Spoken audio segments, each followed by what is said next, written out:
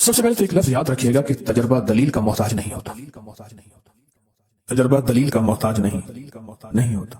کیا ہر تجربے میں پوری دلیل دی جائے؟ تجربہ یقین کا محتاج ہوتا ہے. تجربہ یقین کا محتاج ہوتا ہے. اس کے لیے کامل یقین ہو، مکمل یقین ہو. اندرون سندھ میں گیا ایک کنویں پہ، اب بھی وہ کنواں بیلوں سے چلتا ہے. 7 مندر ہے ہندوؤں کا. اس کنویں میں پیسے بھی ڈالتے ہیں، فروٹ، سبزیاں، پھل، روپے، جو چیز اس میں ڈالتے ہیں. فروٹ، پھل، سبزیوں کی وجہ سے اس کنویں کے پانی میں سخت عفونت ہے، لیکن اس کو جب کنواں چلتا ہے پیتے ہیں، کہتے ہیں یقین ہے کہ اس میں کامل شفا ہے، مسائل کا حل ہے، مشکلات سے دوری ہے. تجربہ دلیل کا نہیں، یقین کا محتاج ہوتا ہے. سورۃ اخلاص، مشرکین نے پوچھا کہ اللہ کے حبیب سے آپ اپنے رب کا تعارف کروائیں. وہ وہی رب مشرکین کا بھی ہے، کفار بھی اسی رب کو مانتے تھے اور کہتے تھے آپ کا رب کیا ہے جو آپ کہتے ہیں، اس کا تعارف کیا ہے. تو اللہ پاک نے یہ لفظ ان کے سنا تو جبریل آئے، سورۃ اخلاص لائے کہ میرے رب کا یہ تعارف ہے. احد بھی ہے، صمد بھی ہے، لم یلد ولم یولد بھی ہے، اور ولم یکن لہ کفوا. اب ایک چیز آپ محسوس کریں، سورۃ اخلاص میں پہلے عہد آیا ہے، قل هو اللہ احد، کوئی نقطہ نہیں. اللہ الصمد، کوئی نقطہ نہیں. اور آخر میں پھر لم یلد ولم یولد ولم یکن لہ کفوا، کوئی نقطہ نہیں. یہ جو لفظ احد ہے نا، حضرت بلال کو سمجھ آ گیا تھا. جتنا ظلم، استبداد، آگ پہ گھسیٹنا تکلیف، ان کے منہ سے ایک لفظ نکلتا تھا، احد احد احد. بس وہی ہے، اس کے علاوہ کوئی ہے ہی نہیں. وہی ہے. یہ جو وحدانیت اور عہد ہونا ہے، یہ شیاطین اور جنات اور خبائث کو کھا جاتا ہے. وہ عہد ہے. اور جب یہ لفظ آپ پڑھتے ہیں تو وہ جناتی اور شیطانی چیزیں جو آپ کے ساتھ ہر وقت ہیں، آپ کے دسترخوان پہ بھی ہیں، آپ کے بستر پہ بھی ہیں، آپ کے بیت الخلاء پہ بھی ہیں، آپ کے گھر میں بھی ہیں. اس لیے بندہ جب سلام کرتا ہے گھر میں جا کے تو وہ شیطانی چیزیں کہتی ہیں ایک دوسرے سے، ہٹ جاؤ، اس گھر سے نہ کھانا ہے، اس گھر سے نہ کھانا ہے، اس گھر میں نہ آرام ہے، نہ اب دونوں چیزیں اس گھر میں نہیں ہیں. کیوں؟ ایک حیرت انگیز طاقتور نام اللہ جل شانہ کا لیا جاتا ہے جس سے وہ شیطانی چیزیں ہٹتی ہیں اور دور ہو جاتی ہیں. اس لیے زندگی میں سورۃ اخلاص پڑھنے والا وہ شیطانی حملوں سے محفوظ، شیطانی حملوں سے محفوظ، برے خواب سے محفوظ، بری موت سے محفوظ. ایسی موت جو غفلت سے آ جائے. کتنے لوگ سوئے پھر نہ اٹھ سکے، کتنے لوگ سوئے پھر واپس نہ آ سکے. سورۃ اخلاص اور سورۃ اخلاص کے ساتھ جو موکلات اور فرشتے ہیں وہ اس بندے کے دین، ایمان اور دل کی روشنی کو قائم رکھتے ہیں. اس لیے قبر والوں کے قریب کلمے کے بعد جو سب سے بہترین، مبارک اور معتبر اور مستند اور بابرکت نورانیت چیز سورۃ اخلاص ہے. درود پاک بھی ہے، سارا قرآن بھی ہے، سارے اللہ کے نام بھی ہیں. سورۃ اخلاص قبر والوں کو بہت اچھی لگتی ہے اور قبر والوں کو بہت مرغوب ہے اور قبر والوں کو بہت محبوب ہے. قبر والوں کو بہت محبوب ہے سورۃ اخلاص. کیوں؟ سورۃ اخلاص میں اصل اللہ ہی اللہ ہے اور یہ اللہ کا تعارف ہے اور 100% تعارف ہے. کیوں؟ زندگی میں 100 سہارے، 100 آسرے ہوتے ہیں، موت کے بعد صرف ایک ہی آسرا ہے. وہ آسرا ہے لا ملجا ولا منجا من اللہ الا الیہ. مولا سارے چھوڑ گئے، سارے چھوڑ گئے، اب تو ہی ہے اور تو ہی ہے. اپنے پیاروں کو سورۃ اخلاص کا ہدیہ کبھی نہ بھولا کر، کبھی نہ بھولا کر. اس دنیا سے رخصت ہو جانے والوں کو کبھی نہ بھولا کر. ان کو اخلاص کا ہدیہ دیا کرے، ان کو اعمال کا ہدیہ دیا کرے، درود کلمے کا ہدیہ دیا کرے، کلمے کا ہدیہ دیا کرے. میرے پاس سینکڑوں واقعات ہیں، میں انہیں سینکڑوں ہی کہوں گا. ہزاروں اگر کہہ دوں تو شاید میں مبالغہ نہیں کروں گا. جی آپ کے والدین کو ہدیہ کیا، یہ عمل ہدیہ کیا، یہ عمل ہدیہ کیا، یہ عمل ہدیہ کیا، ہمارے کام بن گئے. اصل میں وہ اعمال کا ہدیہ اللہ کی بارگاہ میں پیش ہوتا ہے اور اللہ پاک خوش ہو کے اللہ کو اس کے کام بنا دیتا ہے. کام کون بناتا ہے؟ اللہ بناتا ہے. کہ آپ کے والدین کو ہم مسلسل یہ ہدیہ کر رہے ہیں، آپ کی ہمشیرہ کو مسلسل یہ ہدیہ کر رہے ہیں. یہ سورۃ اخلاص سوتے وقت پڑھنا. دائیں طرف حیرت انگیز موکلات ہوتے ہیں، حفاظت ان کے ہاتھوں میں غرض ہوتے ہیں، اور جو جناتی شیطانی چیز وسوسوں کی شکل میں کسی بھی شکل میں آتی ہے اللہ پاک اس کا نظام بہتر کر کے اس کی حفاظت کرتے ہیں. غزالی کرم اللہ وجہ فرماتے ہیں النوم نصف الموت، نیند آدھی موت ہے. نیند آدھی موت ہے اور نیند کے بعد پتہ نہیں کائنات کا نظام کیا ہے، کیا اتار کیا چڑھاؤ، کیا صبح کیا شام. سورۃ اخلاص اس کو سنبھالتی ہے. سورۃ اخلاص حفاظت کے لیے چھاؤں بن جاتی ہے، پرندہ جیسے بچہ اس کے لیے پر بن جاتی ہے، اور سورۃ اخلاص حفاظت کا انوکھا نظام بن جاتی ہے. سورۃ اخلاص، سورۃ اخلاص تاثیر ہے اور مٹھاس ہے اور ایک چاشنی ہے. آپ کہیں گے کیسے؟ ہر پھول کی اپنی خوشبو ہے، ہر پھل کا اپنا مٹھاس ہے، اپنا ذائقہ ہے. میری طرف دیکھ رہے ہیں، جاگ رہے ہیں، سو رہے ہیں، اپنا مٹھاس ہے. اسی طرح سورۃ اخلاص چاشنی ہے، ذائقہ ہے. اب یہ بتائیں مجھے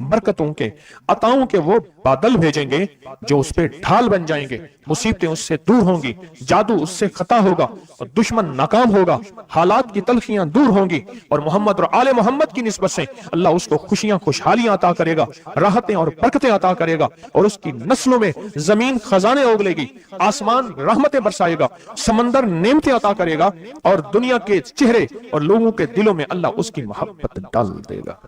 پڑھیں اللہم صلی علی محمد وآل محمد۔ بہت زبردست عمل ہے، ہم ان ہستیوں کا ذکر خیر بھی کریں گے اور ان کے ذکر خیر کی نسبتوں سے زندگی کے مسائل مشکلات حل۔ ایک سوال ہے، اگر زندگی کے مسائل مشکلات حل ان ہستیوں کی نسبت سے نہیں ہوں گے تو پھر کب ہوں گے؟